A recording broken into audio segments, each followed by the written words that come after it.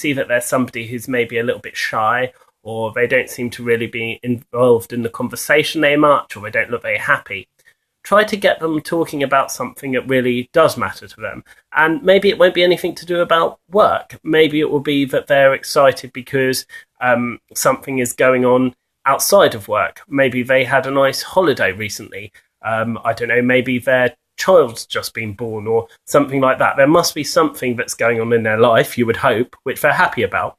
And so if you can get them onto a subject, if you can get someone else onto a subject that they're interested in, they're much more likely to enjoy engaging with you, and you're likely to learn a lot more as well. People like talking about things that are important to them.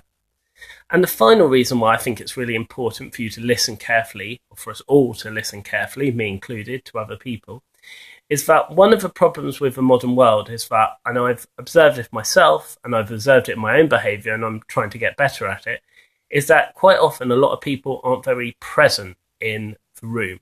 So what I mean by that is you'll go to an event, you'll meet some people, but you'll be thinking to yourself, what is it am I going to have for dinner? Oh, I've got to get that report in for tomorrow.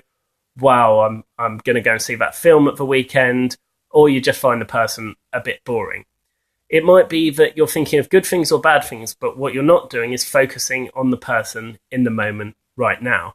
And I'm not here just talking about those sort of people who only want to network with people of a certain status. And so they kind of come up to you, and if they don't think you're the sort of person that they should get to know, they don't think you're of their status, or they don't think you're useful to them in some way, they'll just continually look over your shoulder. I don't even mean those people. I just mean people who aren't present. When you talk to them, even if you tell them something really incredible, that anybody who was paying attention would at least say, I'm sorry, what? Or, wow, that's incredible. Or, could you repeat that? I think I must have misheard. But they'll just be like, yeah. And they won't really be listening to what it is you say. So again, don't be one of those people. Try to be a person who is really listening intently to what other people say. And how can you show them that you're listening intently? Well, you can look them in the eye. You can give them positive affirmation. So when they say something, you can say, yeah, I really agree with that, or I see what you mean. You don't have to agree with what they're saying, but you can at least show that you're interested in what they're saying. You can ask them follow-up questions. And if you're particularly interested, you can ask them perhaps to send you some extra information after the event. And that would be a very good way of keeping in contact with somebody that you wanted to get to know more.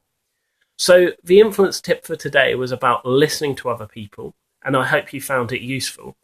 I'll be here 4 o'clock GMT, the same time next week, every Wednesday.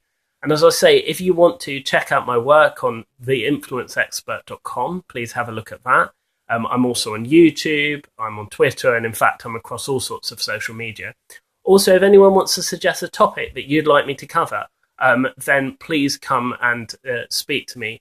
Just give me a message across social media anyway. And thank you very much for that kind comment. So if anybody has any suggestions, please let me know. And hopefully I'll see you again this time next week. Thank you very much.